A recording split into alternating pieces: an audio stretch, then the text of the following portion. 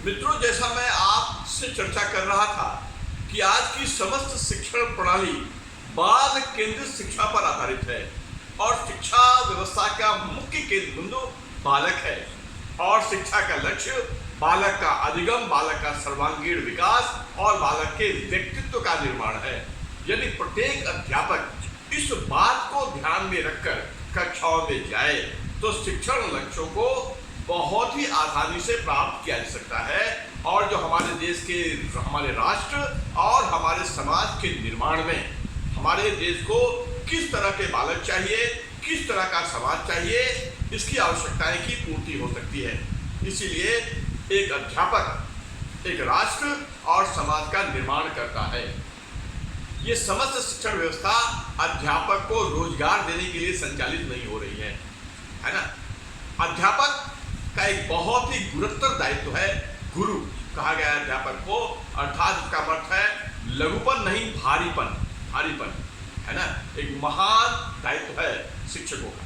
और यदि आप बाल केंद्रित शिक्षा के महत्व को समझते हैं तो शिक्षण लक्ष्यों को प्राप्त करना बहुत आसान होगा। और बाल केंद्रित शिक्षा के अनुरूप अनेक बाल केंद्रित खेल शिक्षा विधियों का प्रयोग किया जाता है। मैंने आपको चर्चा की कि सबसे पहले खेल विधियों के महत्व पर रूसों ने प्रकाश डाला था। फ्रांसीसी विचारक कैलविन कुक ने खेल विधि के निर्माण पर सबसे पहले कार्य किया और खेल विधि का निर्माण किया जर्मनी के शिक्षाविद मनोवैज्ञानिक फ्रोबेल ने, जिन्होंने किंडरगार्टन विधि बनाई थी। इस किंडरगार्टन विधि में अगर आप देखो, बालक को विभिन्न लक्ष्यों को, छोटे छोटे लक्ष्यों को प्राप्त करने के बदले उन्हें पुरस्कार प्रदान किया जाता है, जिससे वो और कठिन शिक्षण लक्ष्यों को आसानी से प्राप्त कर पाते हैं।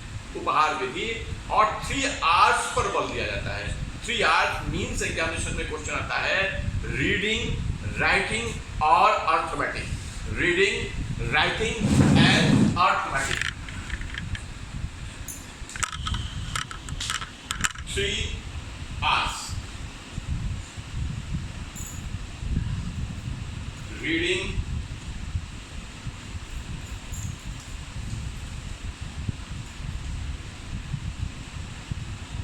Writing and arithmetics. ये 3 चीजों के प्रशिक्षण पर बल दिया जाता है। साथ में हमने चर्चा की मारिया मॉन्टेसरी की मॉन्टेसरी विधि, जिसमें बालकों के इंद्रियों के प्रशिक्षण, ग्रैस्पिंग पावर, जिसका ग्रैस्पिंग पावर ज़्यादा है, उन बालकों का अधिगम तीव्र गति से होता है और उनके सर्वांगीण विकास में लाभ करती है। साथ में अगर आपको एक बहुत ही महत्वपूर्ण बात बताने जा रहा हूँ, प्रत्येक कक्षा को अध्यापक को अपनी आवश्यकताओं और अपने ज्ञान के हिसाब से संचालित नहीं करना चाहिए। बालक की क्या आवश्यकताएं हैं, बालक की समस्याएं क्या हैं, बालक के मानसिक स्तर क्या है, बालक की अभिरुचियां क्या हैं, उनके अकॉर्डिंगली ही हमें उनका समाधान करना चाहिए। और बालक किसी भी खेल में, प्रत्येक बालक, कोई भी बालक ऐसा नहीं होगा जो खेलना न चाहे। यदि खेल में उन्हें बहुत सारी चीज़ों को रुचिपूर्वक ढंग से पढ़ाएं, है ना। आज हमारे शिक्षा की सबसे बड़ी, अगर आपसे सवाल पूछा जाए कि सबसे बड़ी समस्या क्या है शिक्षा में, शिक्षक में ड्रॉप आउट रेट बढ़ता जा रहा है। हमारी भारत सरकार ने सन 2001 में सर्व शिक्षा अभियान शुरू किया। 2001 में सर्व शिक्षा अभियान का अर्थ था शिक्षा का सार्वभौमिकीकरण, यूनिवर्सलाइजेशन, शिक्षा का यूनिवर्सलाइजेशन। अर्थात उसका नारा था सब पढ़े सब बढ़े, अर्थात शिक्षा से कोई भी वर्ग वंचित न रहे, शिक्षा सबके पास समान रूप से पहुंच सके। इस लक्ष्य को प्राप्त करने में यद्यपि हमारी भारत सरकार और राज्यों की सरकारों को सफलताएं तो प्राप्त हुई हैं, लेकिन अभी सफलताएं और भी अपेक्षित हैं। और यदि मैं एक बहुत ही महत्वपूर्ण आपको बात बताऊं तो अगर आप देखें, आज शिक्षा की सबसे बड़ी समस्या है ड्रॉप आउट रेट का बढ़ता चला जाना। जनसंख्या बढ़ती जा रही है, हमारे सरकारों के पास साधन सीमित हैं, और साथ में अगर बच्चों का ड्रॉप आउट रेट बढ़ता जाए तो ये हमारे देश के लिए एक बहुत बड़ी समस्या है। अगर आप देखें सन 2015 तक, अगर आप देखें हमारी कक्षाओं में जो बच्चे कक्षा क्लास 1 में प्रवेश लेते थे, उनमें से कम 40% बच्चे क्लास 5 पास करके बाहर नहीं निकलते थे। तो इस ड्रॉप आउट रेट को अगर हमें कम करना है शिक्षकों को, एक बहुत ही अच्छा प्रसंग मैं आपको मित्रों बता रहा हूं। एक आज हमारी शिक्षा व्यवस्था, जो परंपरागत शिक्षा व्यवस्था थी, उसका स्वरूप कुछ इस तरह का हो गया है कि बालक से, एक व्यक्ति ने पूछा एक बालक से, बताओ कि शोर और संगीत में क्या अंतर है? तो उस बालक ने अपने हृदय से बताया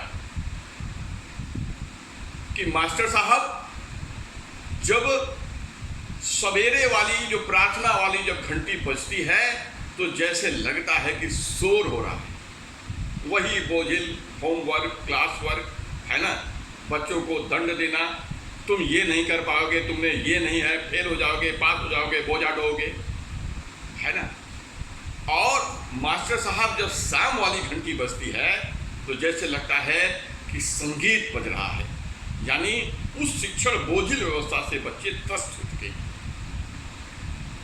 लेकिन इस बाल केंद्रित शिक्षा व्यवस्था का लक्ष्य है कि जब सुबह वाली घंटी बजे तो जैसे लगे संगीत बज रहा, और जब छुट्टी वाली घंटी बजे तो लगे शोर हो रहा। यानी बालक विद्यालय में आए लेकिन विद्यालय से जा ना पाए।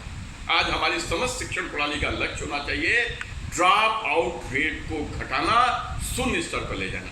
यानी विद्यालयों को इतना अभिरुचि परक बनाया जाए, लेकिन केवल अभिरुचि परक, क्योंकि विद्यालयों में एक तरह के बच्चे नहीं होते, बालकों की आवश्यकताएं अलग अलग होती हैं।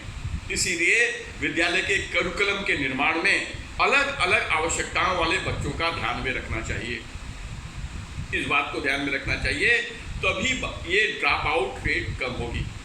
भारत सरकार, उत्तर प्रदेश सरकार और अन्य राज्यों की सरकारों ने बहुत अच्छा वर्क किया है पिछले 20 साल में, किंतु अभी भी इस क्षेत्र में अनेक समस्याएं विद्यमान हैं। अगर आप देखें, विद्यालयों के पास संसाधनों का रोना तो हमेशा से रहा है, लेकिन एक अच्छा योग्य प्रशिक्षण प्राप्त शिक्षक चाहे तो इन संसाधनों की कमी को काफी हद तक पार सकता है। इसी धन्यवाद।